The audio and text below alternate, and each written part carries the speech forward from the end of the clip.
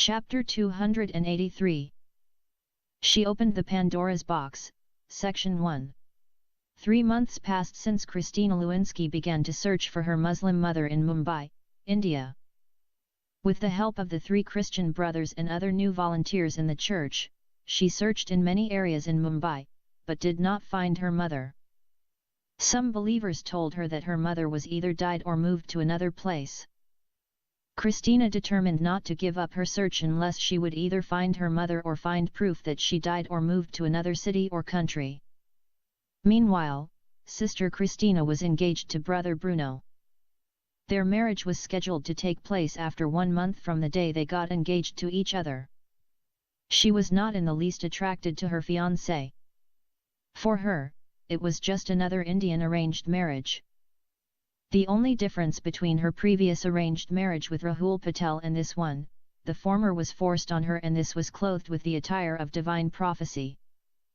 Although, she wasn't interested in marrying Brother Bruno, still the 2 prophecies she received from those 2 self-appointed prophets led her to believe that it was the will of God for her to marry him. Even Brother Bruno claimed to have seen a vision in his dream that confirmed the will of God for the 2 of them. He testified in a Sunday service in front of the entire congregation that the Lord appeared to him in a dream and said to him, "Bruno, Bruno, verily, verily, I say unto thee, I have chosen Christina Lewinsky as a mate and suitable helper for you." Sister Christina, being a novice believer and still childlike girl, believed full-heartedly that Brother Bruno was the will of God for her. Nonetheless, in her heart she was still cherishing her pure and genuine love for Michael Lewinsky. She had never told anyone about her love for the American boy nor revealed to anybody her past relations with those 3 evil men. She decided to start anew with Brother Bruno. In the meantime, Sister Christina received crucial information regarding her mother from a reliable source. The information was presented by a Christian female police inspector who was a member of the CID, Department of the Mumbai Police. This female inspector found her inquiry and noted the travel history of the missing person. She traced one Rehana Khan who had travelled many years ago to Jeddah city along with her little daughter, Ifat Khan. This same woman returned to Mumbai after spending 3 years in the Kingdom of Saudi Arabia. Further investigations revealed that the same woman emigrated to the United States of America with her husband Jamal Khan and her son, Irfan Khan. After spending many years in the USA, the woman returned to India along with her 3 sons, 2 of them being born overseas. The only contradiction in the inspector's information, the woman in question had travelled to Saudi Arabia along with her little daughter, Ifat Khan, but returned to India with her son, Irfan Khan. Even the female inspector admitted that she could not solve that mystery. No one in the church was prepared to believe such an incredible story. The people of the church along with their pastors and other leaders found it difficult to believe that an Indian woman would return from the USA after living in that promised land for many years and most probably after obtaining the green card and likely the American citizenship too. Only a Muslim terrorist who might travel to Syria or Iraq to join ISIS, or a notorious criminal who might be deported against his or her wish would do such foolish thing. For them, if the mother of Sister Christina had truly returned from the paradise of the promised land to the hellish life of India, then she was either mentally challenged when she took such step or for some reason she lost her senses at the time of making that foolish decision. Nevertheless, Sister Christina was the only one who believed the woman that the female police inspector was talking about was none other than her own biological mother. She was able to connect the dots and understood why her mother took the so-called foolish decision and left America and returned to India. She remembered that she was accused by her Hindu mother of being married to her stepfather and hence putting her in an incestuous relationship. Emotions came to a boil and she wept tears realizing her mother's sacrifice for her under the circumstances. In fact, she understood that her mother did not only sacrifice her life partner, but she did not want to make her daughter a laughingstock and a public scandal among the Indian community and before the American law. The new discovery strengthened her resolve and made her to make vow to God that she would never stop searching for her Muslim mother. While the search for the mother was still on progress, the scheduled date for the wedding arrived. Accordingly, the search was temporarily postponed until the two got married. Brother Bruno was planning to take his beautiful bride to the golden beaches at Goa City, for enjoying their honeymoon. Sister Christina refused to travel to that city because it would remind her of her former Hindu husband, Rahul Patel. She was not willingly to give any excuse for her refusal. She simply told her new bridegroom that she was prepared to travel to any city in India, except Goa. Bruno's family was originally from a city called Mangalore. It was the chief port city of the state of Karnataka. It was located 350 kilometers away from the state capital, Bangalore. So, instead of Goa, Brother Bruno took his new bride to the city where he was born and brought up. It was the most boring trip that Sister Christina ever took in her life. Brother Bruno wasn't romantic and wasn't all that good in bed.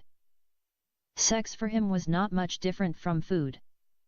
He only cared about his own satisfaction. He just wanted to satisfy his sex drive and get rid of that urge. He did not know how to prepare his bride or to use anything to stimulate her clitoris and G-spot. When his bride talked to him about clitoral orgasm and G-spot orgasm, he said to her he had never heard about them. He even rebuked her when she talked to him about the many sex styles she read about in Kama Sutras. He said to her those books were written by Hindus and hence they were demonic techniques which meant to deviate Christian believers from their spiritual lives and make them focus on carnal pleasures. Soon, Sister Christina discovered that Brother Bruno wasn't a loving husband at all. Since they got together, he never told her, "I love you," or called her, "honey," "darling," or "sweetie." He just continued to address her as before, Sister Christina, as if she was his own sister. Besides that, as soon as they arrived in the Bangalore city he began to nag her about something, which really irritated her and made her extremely mad. He wanted her to take him to America as soon as they returned to Mumbai. Sister Christina told him that she would never think of returning to America until she would find her Muslim mother. Brother Bruno tried to convince Sister Christina to forget about her search because she would not likely to find her mother in Mumbai. One day, he tried to make her believe that her mother might have already dead and gone and therefore why they should waste their time in searching for a dead woman. One time, he shouted at her and told her, "Forget about your Muslim mother and think about our future and the future of our children." His constant harassing and nagging convinced her that he had married her just because he wanted to use her to reach America. She heard that some Indians married their aunties and uncles in order to reach America or Canada. When the newly wedded couple returned to Mumbai, they started to live in Brother Bruno's house. In actual fact, it was his parents' house. Indian custom required that the wife should live in her in-laws' house as joint family. Brother Bruno, besides his father and mother, had 2 unmarried sisters and 3 single brothers. According to the Indian custom, when the wife was brought by her husband to his extended family, she was expected to serve her in-laws. In-laws weren't restricted to her father-in-law and mother-in-law, but included her brother-in-laws and sister-in-laws. So, the custom required that Sister Christina had to cook food to feed 9 mouths and wash all their clothes. Unfortunately, Sister Christina's 5 brothers and sisters-in-laws were either students or employees. Her father-in-law was still working. Her husband returned to his work as soon as they came back from their 5 days honeymoon. The only person who was available all the time with her was her mother-in-law. In India, it was shameful if the daughter-in-law asked her mother-in-law to help her with the housework. Even if she wasn't used to the Indian way of life, like Sister Christina, who spent most of her life overseas, was disgraceful if she dared to ask her husband's mother to help her with the housework. In next to no time, Sister Christina understood that by marrying Brother Bruno she opened the Pandora's box and unleashed all kinds of abuses and evils. In short period, she was reduced to a status lower than a maidservant.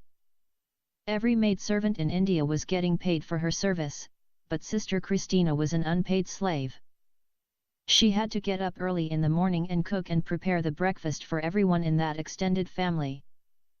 She had to do the cleaning and washing plus cooking the food.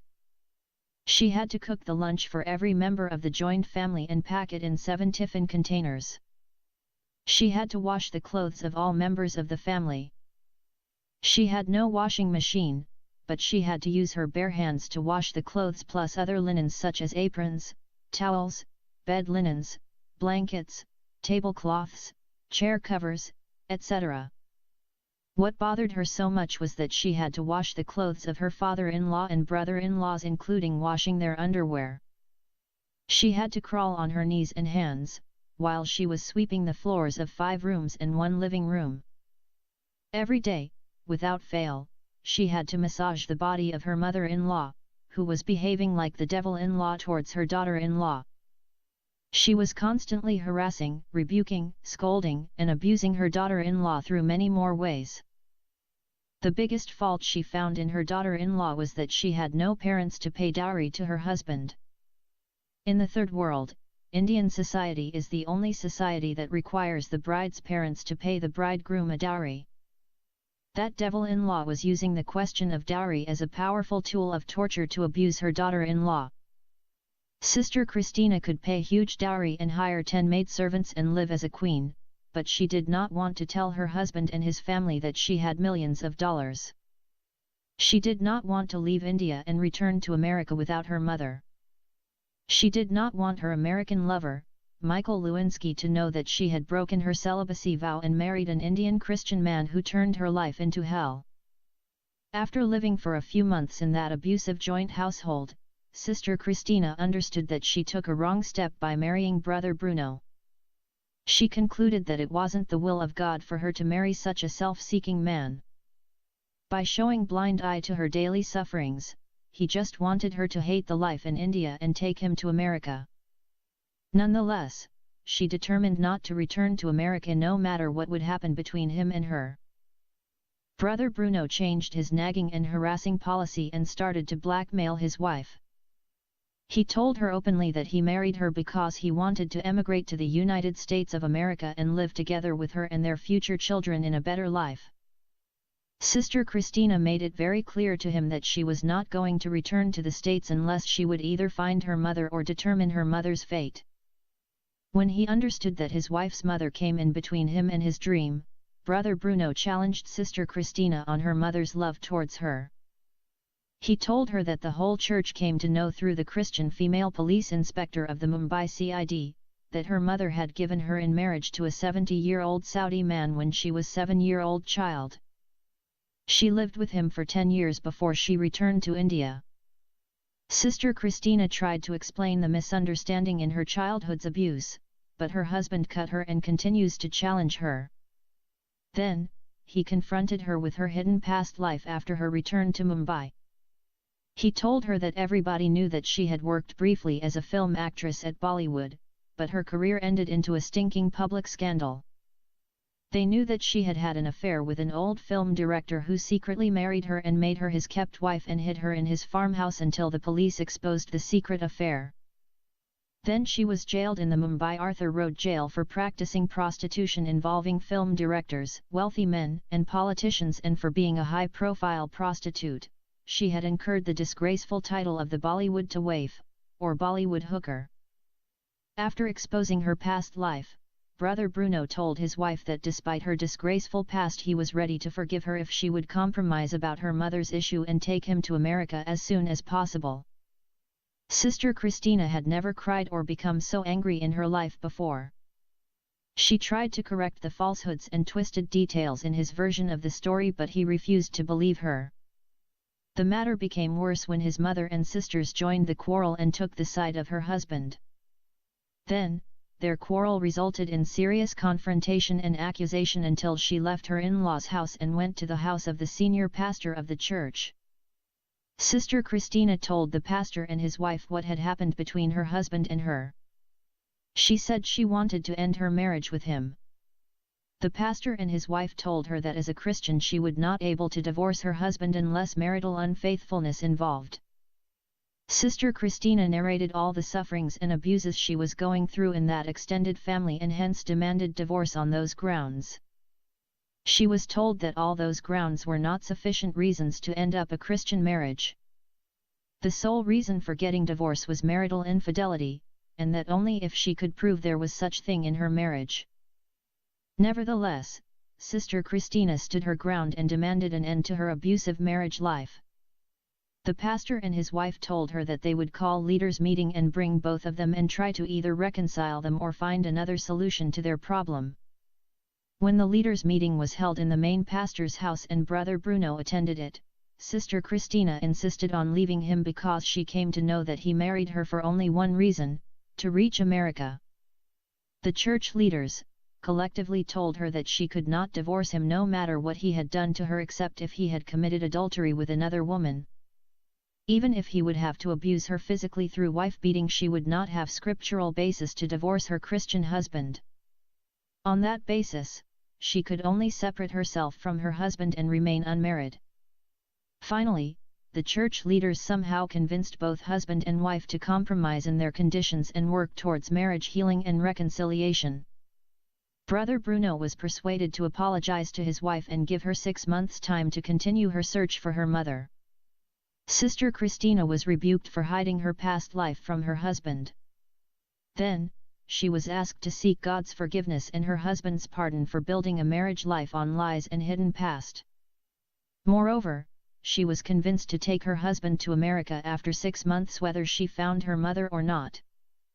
The church leaders also convinced Brother Bruno to leave his father and mother, rent an apartment, move out of his parents' house, and live separately with his wife. Finally, Sister Christina was harshly rebuked and corrected for thinking to divorce her husband because that wasn't biblical, for what therefore God hath joined together, let not man put asunder.